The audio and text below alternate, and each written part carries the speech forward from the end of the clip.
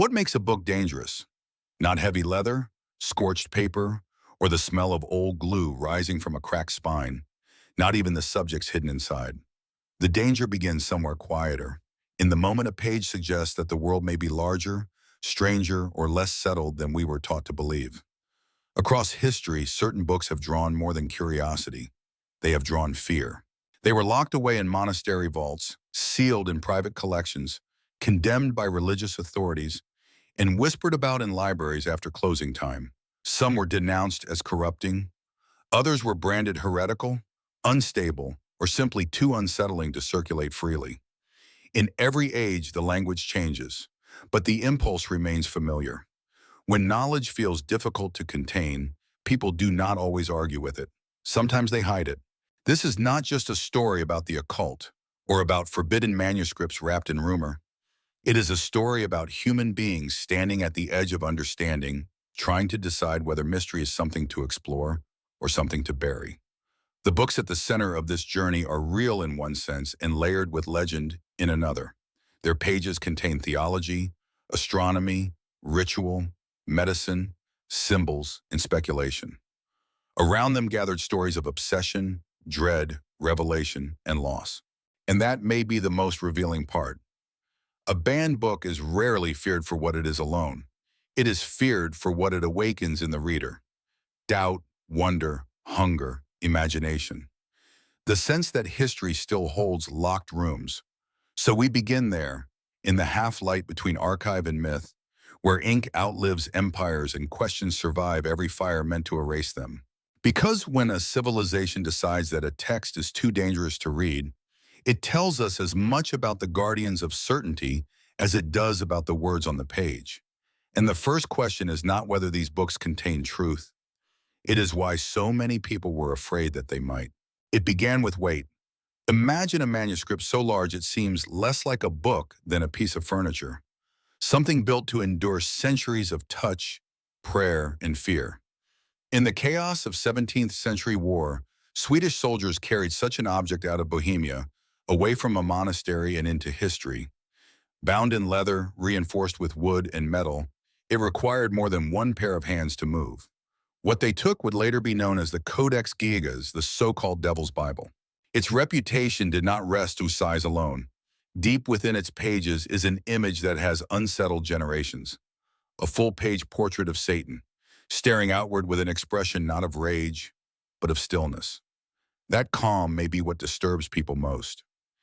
Evil, after all, is easier to face when it looks monstrous, more difficult when it looks composed. Legend says the manuscript was written by a monk condemned for breaking his vows. To escape punishment, he promised to create in a single night the greatest book his monastery had ever seen. By dawn, the story goes, the work was complete. Historians doubt the miracle, of course. The handwriting is remarkably consistent, but consistency is not magic. It may simply be the mark of decades of disciplined labor, compressed by myth into one unforgettable night. And yet the Codex invites myth. Alongside biblical writings are texts on medicine, history, penance, and exorcism. It feels less like a single-purpose book, a medieval attempt to gather the whole world under one cover, heaven and illness, salvation and fear, order and chaos. That union may be the real source of its power.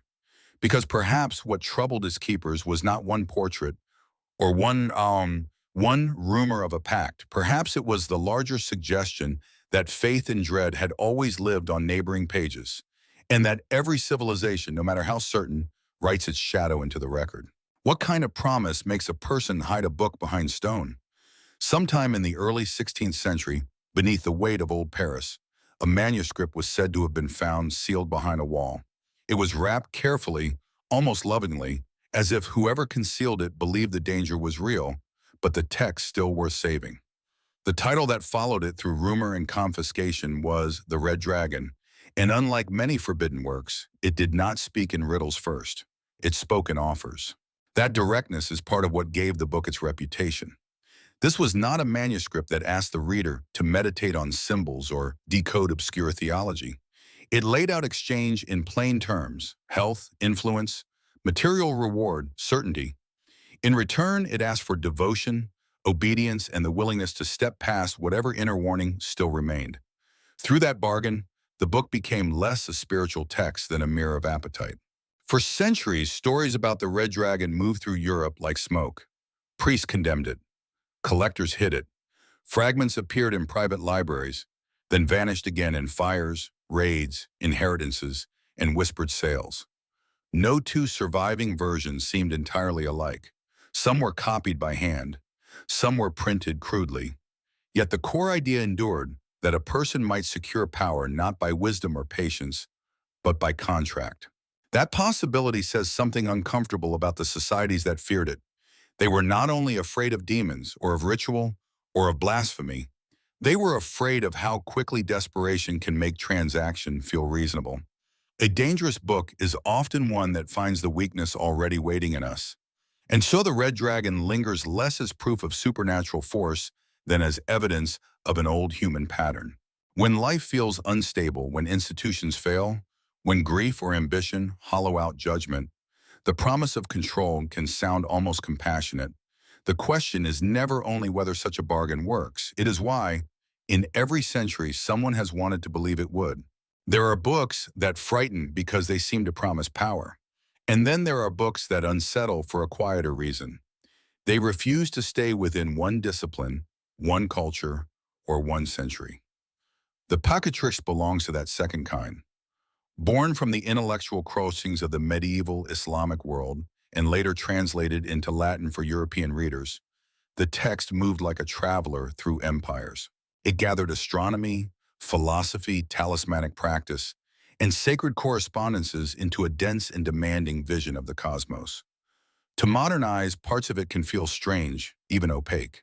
But to those who encountered it in earlier centuries, the book offered something far more provocative than superstition. It proposed that the universe was alive with hidden relationships, and that human beings, if attentive enough, might learn to work within them. That idea was intoxicating. It was also dangerous. Authorities often become uneasy when a text suggests that ordinary people can approach mystery without permission. The Picatrix did not merely describe the heavens as distant lights. It treated stars, numbers, materials, words, and timing as parts of a meaningful fabric. In that worldview, knowledge was not passive, it was participatory. To know the world was, in some sense, to enter into it. No wonder the manuscript traveled in whispers as much as in scholarship. Some read it as philosophy, others as magic. Many likely saw no clear line between the two. In courts and libraries, among translators and secretive readers, it circulated with the aura of a book that could either expand the mind or lead it into peril. But perhaps that tension reveals something enduring about the human search for order. We have always wanted to believe the world is more than random motion, that patterns are real, that meaning is embedded in the sky and stone and passing of time. The risk comes when interpretation hardens into certainty. The Picatrix remains haunting, not because it gives final answers, but because it captures a civilization reaching for connection everywhere. And maybe the deepest mystery is not whether the cosmos speaks. It is how much of what we hear comes from the stars, and how much from our need for them to answer. What if the most unsettling books are not the ones that promise chaos, but the ones that insist on order? By the late 19th century, collectors of rare manuscripts were still stumbling upon texts that seemed to arrive from another century intact, carrying the patience of older worlds. One such work, attributed through legend to Solomon, stood apart from the fevered language of many occult traditions. It did not seduce the reader with wild visions. It instructed. Page after page, it offered procedures, measurements, names, and sequences, as if the unseen could be approached the way an engineer approaches a machine. That tone is part of its enduring mystery. The Key of Solomon is not really a book about surrendering to darkness. It is about discipline, purification, and command. The reader is told to prepare the body before attempting to address anything beyond it. Fasting, prayer, solitude, ritual cleanliness, attention to timing. Even the protective circles are described with a precision that feels almost mathematical. Nothing is casual, nothing is improvised. Inside that structure lives an older human hope. That fear itself can be mastered if only one learns the right pattern. Spirits in this worldview are not adored. They are named, bounded, and dismissed. The universe is imagined not as moral comfort, but as a system with laws that can be studied. It is a strangely modern instinct hidden inside a pre-modern manuscript. And that, perhaps, is why authorities so often distrusted books like this. A text that teaches ordinary people how to move through sacred or forbidden territory without mediation threatens more than doctrine. It threatens hierarchy. It suggests that power may belong not only to priests, kings, or institutions, but to anyone patient enough to learn the method. Still, the book leaves a quiet unease behind, because control is one of humanity's oldest dreams and also one of its oldest illusions. To draw a circle is to believe the boundary will hold. To speak a name is to believe naming gives mastery. But every generation discovers the same unsettling truth. The world is not always changed by what we worship. Sometimes it is changed by what we think we can contain. Not every dangerous book was condemned for summoning darkness. Some were feared because they blurred the line between healing and trespass. In Renaissance Europe, medicine was not yet sealed inside laboratories or regulated by modern science. It lived beside astrology, alchemy, prayer, and inherited folklore. Illness could be read as an imbalance of the body, a punishment of the soul, or a sign written in the stars.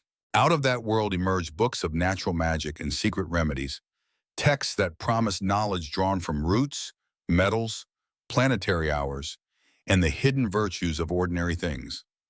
Among them, one current of writing became especially controversial. Occult, the manuals that treated nature itself as a coded system waiting to be unlocked. To many readers, such books were practical. They offered cures for fever, guidance on herbs, protections against plague, methods for preserving strength, and theories about the subtle bonds linking human life to the wider cosmos. But to religious and political authorities, that same material could look like a dangerous trespass. When a text suggested that power lay hidden in plants, stones, or celestial timing, it raised a difficult question. Where did devotion end and unauthorized knowledge begin? That ambiguity made these volumes hard to classify and even harder to control. They were copied in careful script, passed from physician to noble household, from scholar to village healer, from monastery shelf to private cabinet. A recipe for wellness might sit beside a prayer, a charm, or a speculation about invisible influences moving through the air. To modern readers, the mixture can seem contradictory. To the people who use them, it often felt complete. And perhaps that is what made them so haunting. They remind us that human beings have always searched for meaning in suffering, and for patterns that might turn fragility into understanding. We want remedies, yes, but we also want to feel that the world is intelligible, that pain has a structure, that knowledge can be gathered before it vanishes. In that sense, the fear surrounding these books was never only about magic, it was about the uneasy power of curiosity itself. Because once a person begins to suspect that nature hides more than it reveals, every leaf, star, and illness becomes a question. And questions, once open, rarely return quietly to their shelf. What happens when a book stops sounding like prayer and begins to sound like paperwork? By the 18th century, in the port cities and back streets of Southern Europe, rumors gathered around a manuscript with a reputation colder than most. It was not whispered about because it was poetic. It was feared because it was procedural. The Grand Grimoire did not invite contemplation. It read like terms and conditions for crossing a line that should perhaps remain uncrossed. Its pages promised not illumination but access, not wisdom but leverage. The language attributed to the text was unsettlingly practical, describing preparations, timings, materials, and verbal formulas with the confidence of an instruction manual. In this world, the unseen was not something to admire from a distance. It was something to negotiate with. The figure most often named in connection with the manuscript was not a muse or angel, but Lucifuge, keeper of hidden wealth, a being presented not as symbol, but as administrator of a darker treasury. That bureaucratic tone may be what made the book endure in frightened memory. Evil in legend is often theatrical. Here it was organized. The text suggested that desire itself could be formalized, written down, signed, and pursued through ritual repetition. Wealth, influence, secret knowledge, all framed as terms within a transaction. The supernatural, stripped of thunder, becomes more unnerving when it resembles a contract. Over time, the manuscript gathered the usual shadows that follow infamous books. Copies burned, rumors of missing editions, private collectors who refused to discuss what they owned. Some readers treated it as fraud, others as blasphemy, and a few as a hidden technology of will. But whether one sees the Grand Grimoire as historical artifact, literary performance, or dangerous fantasy, its emotional logic is unmistakably human. Because beneath every forbidden system lies the same vulnerable wish to bypass uncertainty, to skip grief, patience, and limitation, and arrive directly at control. That is the oldest temptation in any age. And perhaps that is why this book still troubles the imagination. Not because it claims that dark forces can be summoned, but because it understands how easily desperation can dress itself in method, and how often the language of mastery is simply fear trying to sound calm. Some books survive because they are useful. Others survive because they are beautiful. And some endure because no one can fully decide what they are. The Voynich Manuscript rests in that final category, suspended between scholarship and dream. Its vellum pages are filled with drawings that seem familiar at first glance and impossible a moment later. Plants that do not quite belong to any known botanical family, naked figures floating through green pools and tubular forms, circular diagrams that suggest stars, calendars, organs, or maps of an inner universe. And then there is the writing itself, line after line, in a script no one has conclusively read. For more than a century, linguists, cryptographers, historians, and amateurs have circled the manuscript like travelers around a locked house. Some believed it concealed alchemical knowledge. Others thought it might be an elaborate hoax, a private joke crafted with astonishing patience. Modern analysis has revealed patterns in the text that resemble real language, yet the code, if code it is, remains closed. The book continues to resist the one thing we most want from it: translation. That resistance has given the manuscript its unusual power. Unlike banned books accused of dangerous doctrine, the Voynich unsettles through silence. It does not openly threaten authority, it simply refuses to yield. In a culture accustomed to decoding everything, that refusal can feel almost confrontational. We are used to believing that enough effort, enough science, enough computing power will eventually dissolve every mystery. This manuscript stands there, quiet and intact, suggesting otherwise. And perhaps that is why it haunts so many imaginations. It reminds us that not all lost knowledge was destroyed. Some of it remains in front of us, visible but unreachable, like a face behind old glass.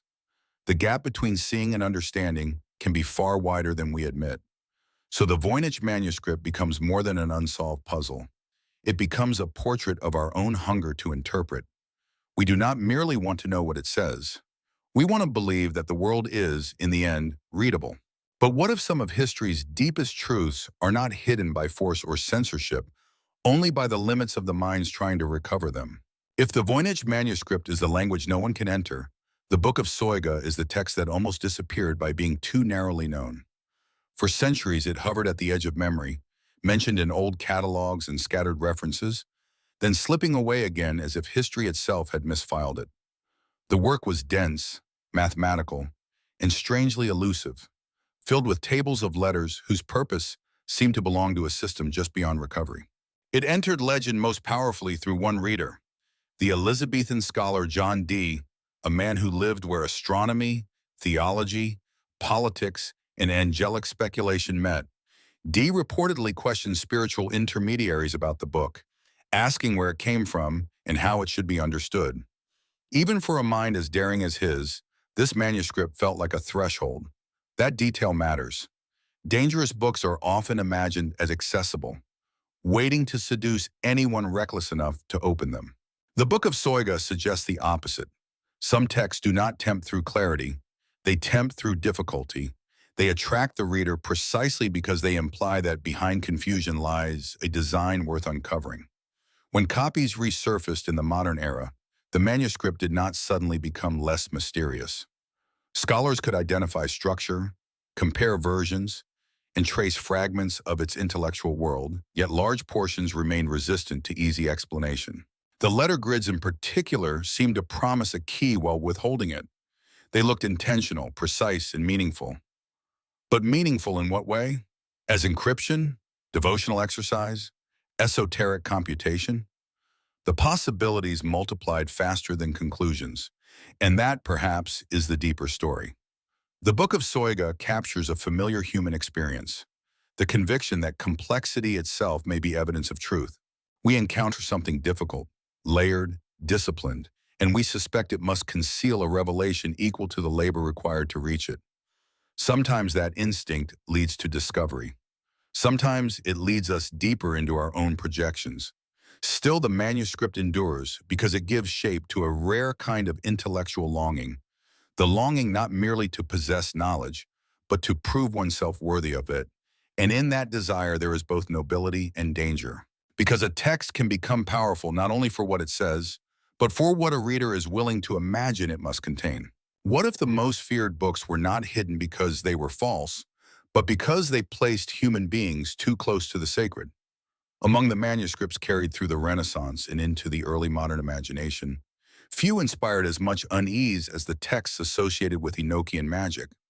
Their story passed through the strange, luminous partnership of John Dee and Edward Kelly, men who believed that language itself could become a ladder between worlds. Through seances, crystals, prayers, and recorded visions, they claimed to receive not merely symbols, but an entire system, names, tables, calls, and an unfamiliar alphabet said to come from angelic sources. To some, it was revelation. To others, delusion. To many, it was something more troubling than either, a disciplined attempt to map the architecture of heaven using human method. That effort made the material difficult to classify and impossible to ignore. The Enochian texts did not behave like ordinary prayers, nor like simple charms meant for luck or protection. They were arranged with the seriousness of scholarship, copied with care, and treated by later readers as fragments of a language too potent for careless use. Their reputation grew because they seemed to occupy a dangerous middle ground, where devotion, ambition, and imagination began to share the same voice. And perhaps that is the enduring tension inside them. Human beings have always longed not just to worship mystery, but to converse with it. We want signs that the universe is listening. We want grammar where there is silence. We want a response that can be written down, repeated, tested, preserved. The Enochian material turns that longing into structure. It suggests that transcendence might be systematized, but every attempt to formalize the sacred carries a quiet risk. The more exact the language becomes, the more we are tempted to mistake access for understanding. A code may open a door without explaining what waits beyond it. So these texts remain haunting not because they prove contact with another realm, but because they reveal a very human desire to bridge the distance between mortal uncertainty and ultimate meaning. Whether Dee and Kelly discovered anything beyond themselves may never be settled. Yet their work still leaves us with a profound question. When we reach toward heaven and hear an answer, how do we know whether we have encountered the divine or simply the deepest echo of our own hope? There are books that speak in commands, books that speak in symbols, and books that seem to whisper from the edge of the grave. Few titles acquired that reputation more completely than the Necronomicon, though its story is more complicated and more revealing than legend first suggests. Unlike the older grimoires bound to monasteries, courts, or occult circles, this book entered modern imagination through literature. It was presented as a forbidden volume, ancient and unspeakably dangerous, a manuscript consulted at terrible cost by those who wished to know too much. Readers encountered it as fiction, yet many did not leave it there. Over time, the invented book escaped its own pages. Private presses produced versions, occult enthusiasts annotated it, skeptics mocked it. Believers insisted some hidden original must exist somewhere behind the literary mask. That transformation is fascinating because it turns the usual story upside down. Here was a dangerous book not feared despite its myth, but because of it. The text became powerful through suggestion, through atmosphere, through the way imagination can blur the line between artifact and idea. People were not merely reading a manuscript, they were participating in the creation of one. In that sense, the Necronomicon belongs to the modern age as completely as the Codex Gigas belonged to the medieval one. It reveals a culture newly shaped by mass printing, fandom, performance, in the strange authority of stories repeated often enough. The old fear of forbidden knowledge remained, but it now moved through bookstores, paperbacks, and late-night conversations rather than locked monastic rooms. And perhaps that is the deeper insight. Human beings do not fear books only for what they contain. We fear them for what they allow us to imagine. A text can become dangerous not because it summons anything supernatural, but because it gives form to anxieties already waiting beneath the surface. Insignificance, cosmic silence, the suspicion that reality is far older and less centered on us than we would like to believe. So the Necronomicon endures as a paradox, an invented object that became culturally real through collective attention. And maybe that is its most haunting lesson. Sometimes the books that shape history are not the ones that tell us what is true. They are the ones that reveal how eagerly the human mind will build a shrine around mystery once it has been named. By the 19th and early 20th centuries, the center of gravity had begun to shift. The most feared books were no longer always the oldest, nor the most elaborate. Some were small enough to fit in a coat pocket, printed cheaply, circulated quietly, and read not in cathedrals or royal studies, but in rented rooms, parlors, and private societies after dark. These later grimoires and occult manuals often borrowed from older traditions while speaking in a more modern voice.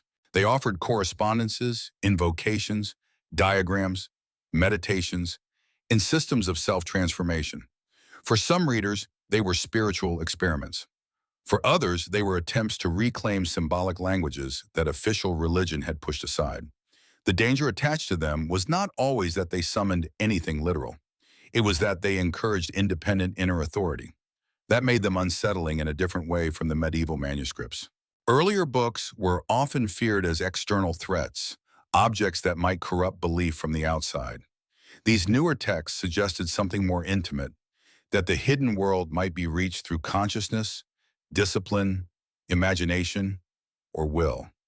The forbidden territory was no longer only in the archive. It was within the self. Authorities have rarely found that idea comfortable. A person who begins to assemble meaning outside inherited structures becomes difficult to predict. And once symbolic systems become portable, reproducible, and personal, they spread with unusual speed. What had once belonged to cloisters and courts could now enter ordinary life. A book could move through the post, disappear into a desk drawer, and quietly alter the way someone understood the world. Of course, many of these manuals were inconsistent, derivative, or wrapped in theatrical language. Some were earnest, some were commercial, some were both at once.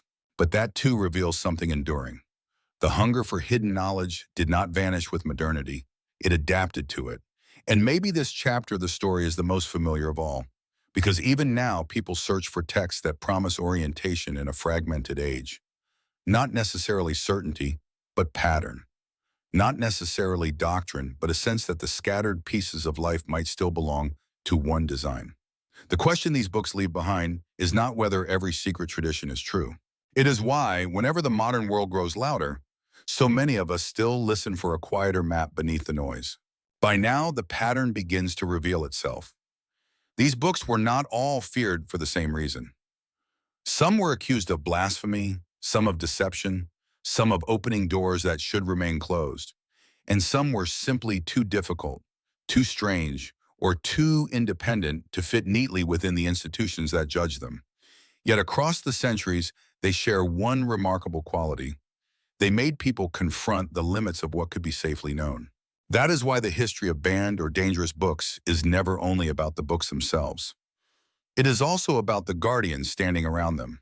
Monks, clerics, scholars, censors, collectors, and governments all played their part in deciding which ideas should circulate and which should be buried.